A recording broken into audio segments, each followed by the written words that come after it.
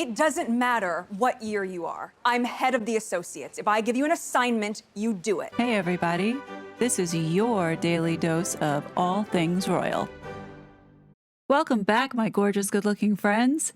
This is just an update to my video that I did back on February 13th about BetterUp. Well, it looks like there has been some developments. One of my awesome subscribers, Andrew, threw in a little bit of tea on the day that I launched that video, and he said, BetterUp are hemorrhaging cash and handing out pink slips as we speak. Yes, and that would be true, because after that video, quite a few more BetterUp reviews started popping up that have been scathing and especially critical of the senior leadership or the C-suite. This video is going to take a look at those recent reviews that puts a spotlight on the chaos within the company BetterUp. Dated February 20th, 2023, 2 stars, sinking ship. They don't recommend. CEO approval is a negative, and the business outlook is negative. For the pros, they say you get to work with very talented individuals. Working with a coach is great. I love my new parents' specialty coach. Okay, whatever that is. But the cons, get this. The sales organization is a sinking ship with no playbook, no marketing support, no SDR support. They had layoffs last week. They paint as performance reductions, which happens every 6 months here. Although I was not laid off, I can assure you everyone who is still here is dusting off their resumes. Account executives get the short end of the stick. No psychological safety, no trust of what sales management says. Advice to management. Hire competent sales leaders. Stop blaming account executives. CEO Alexi's all-hands presentation last week was atrocious. The way they handled the layoffs are hypocritical in every sense of the word. I think this sounds more like Harry is not doing his job because when he joined BetterUp, his mission and goal was to lift up critical dialogues around mental health, build supportive and compassionate communities, and foster an environment for honest and vulnerable conversations. This doesn't sound like it's an environment where you can be vulnerable and express your opinion on why the company is failing. Remember, this chief impact officer has been hailed as a thought leader despite his mental challenges as well as his drug use. Just keeping that in perspective. The next one, dated February 17, 2023, they were individual contributor. Title says, read the reviews before considering BetterUp as your next move. Highly recommend not joining. The pros, the insurance was great, and the actual coaches are fabulous. Now, remember in my last video, I had stated that it's the benefits half the time as to why people stay long-term in jobs that are abusive to the employees. Now for the cons. Too many to list. Fundamentally, this is a company that does not practice what they preach. The leadership is abysmal and inexperienced. Zero work-life balance under the guise that they are a startup. By definition, they're not, but use this as a tactic to overwork employees. Pay is very low for software company with quotas changing quarter to quarter. Their advice to management. There are so many amazing people in the organization that are leaving because as time goes on, they realize that the people in charge do not have the experience or know how to run a successful organization. I want nothing more than for BetterUp to succeed, but as I see people leaving in droves, I can't imagine what the next few years hold. My advice is to have leadership in place that have been successful in the roles as ICs. I'm not sure what that means. I would not recommend joining this company under any circumstances and didn't realize how burned out I actually was until I left. Finally, asking people to rate business units on Glassdoor during their training is wildly unethical.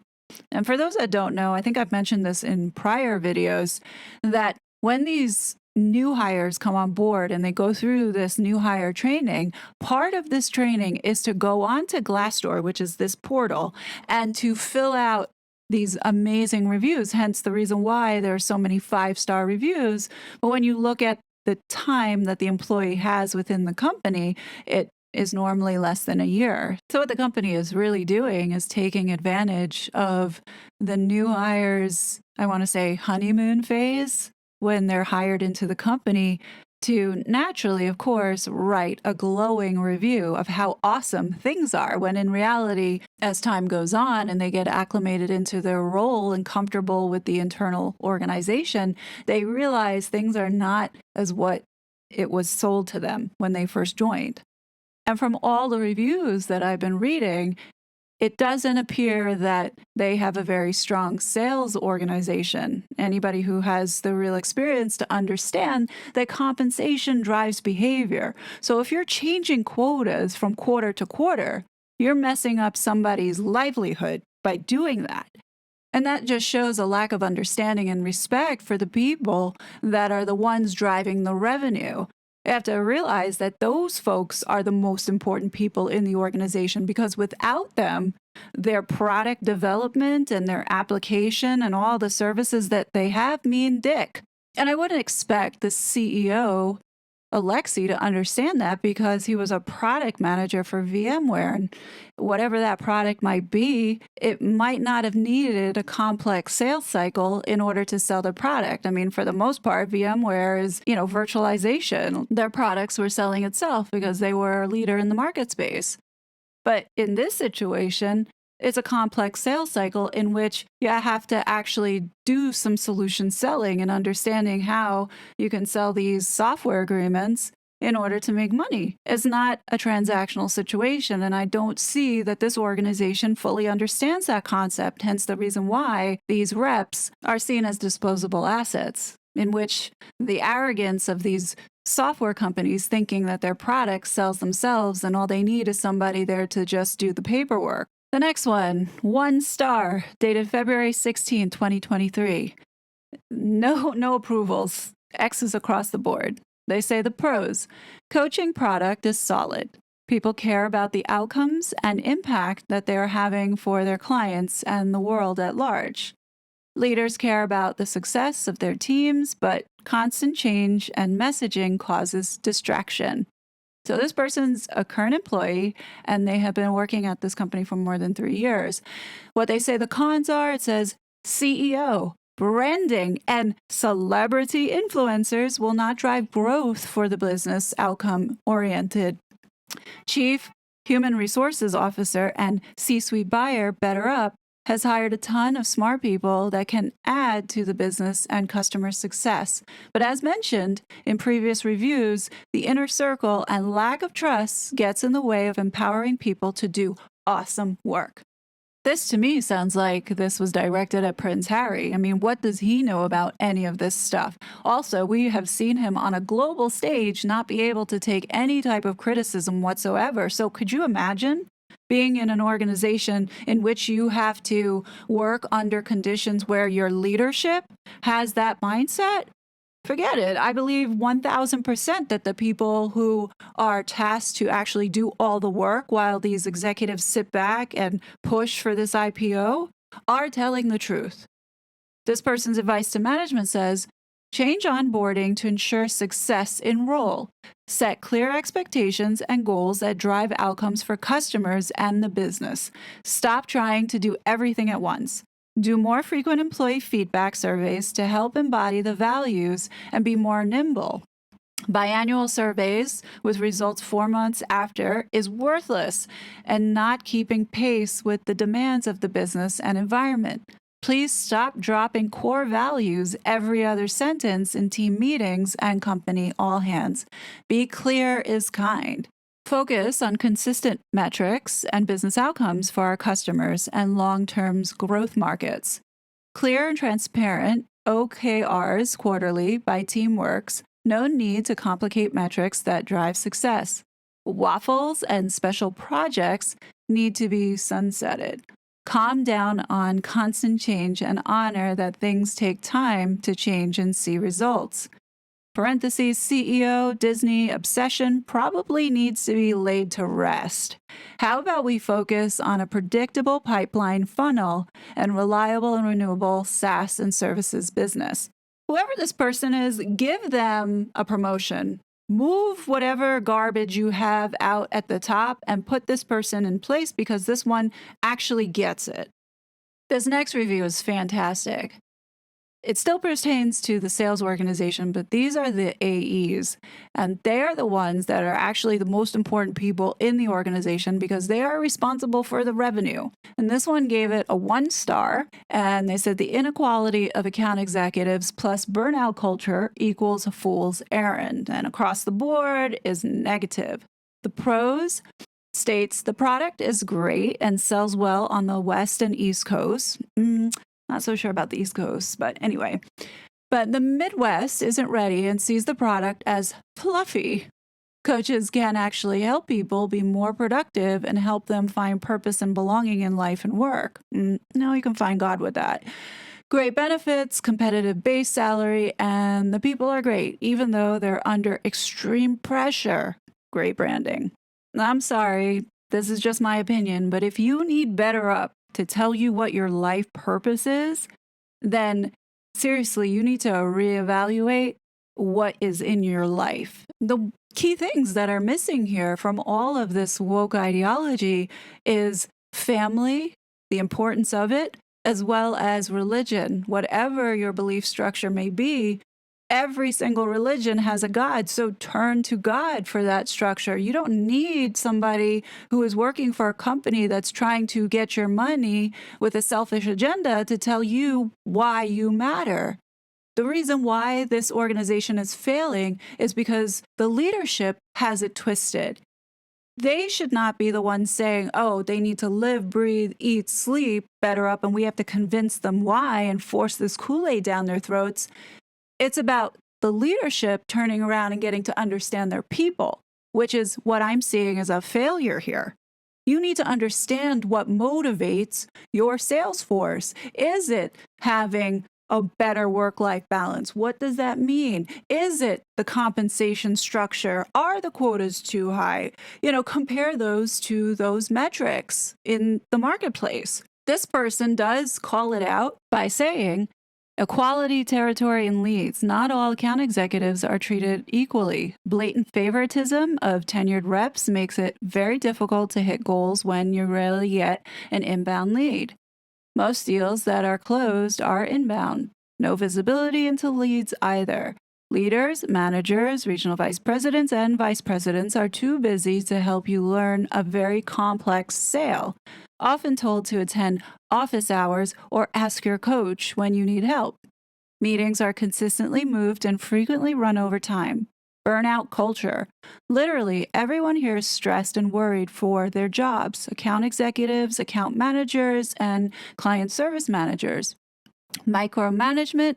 Account executive scorecards were implemented in late 2022 to scare reps away who didn't close a deal in their first 3 months. Many deals take anywhere from 4 months to 18 months to close. Worst onboarding I've ever experienced. You take a 2-month course where you're basically force-fed the BetterUp Kool-Aid. Account executives lose precious time where they could be closing deals, and you're already on the chopping block by the time you're out of onboarding. Incredibly expensive product, claims to be a blue ocean product, when there are clearly other competitors out there like Ezra, Coach Hub, and Sounding Board. Very odd in-person kickoff events called intensive, where you sit through 3 days of Kool-Aid ad presentations. One social event during the whole week. Take your own advice from the Belonging Report and create more space for people to build trust.